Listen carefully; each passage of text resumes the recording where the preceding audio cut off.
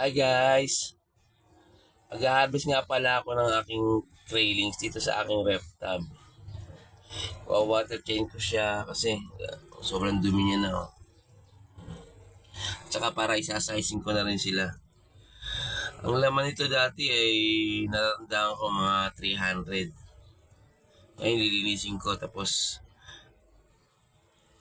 papakita ko sa inyo kung may mga natira pa. Ganyan lang yung setup ko. Yan. Sobrang dumi na niya. Kaya water change ko siya para makita ko na rin kung ano ang kalagayan nila. Kasi punong-puno yan ng halaman eh. Yan,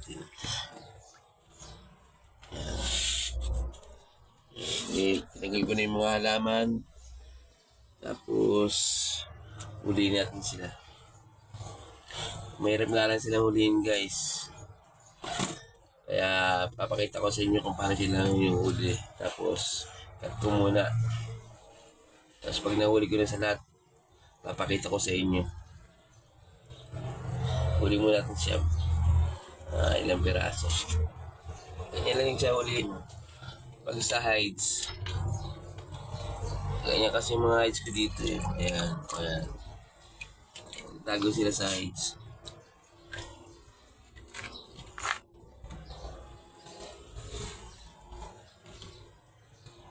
Mamaya pag wala ng hides, doon na mahirap huliin yung mga yan.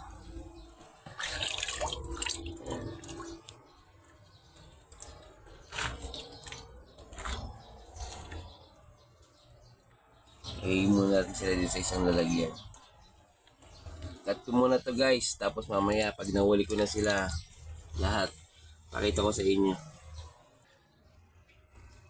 At ayan na nga po guys. Nahuli namin sila. Ayan. Out of 300 to 70 na lang sila. Dami nila guys. Ayan. Ayan. Tago sa heights. Yun.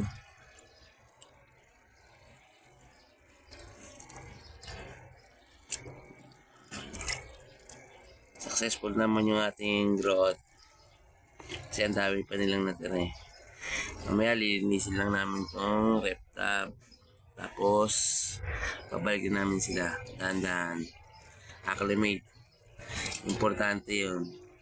Para hindi sila water shock. Maraming salamat po guys. Ganyan lang kami. Para saan naman ay minatutunan kayo. Like, share, and subscribe. Salamat po.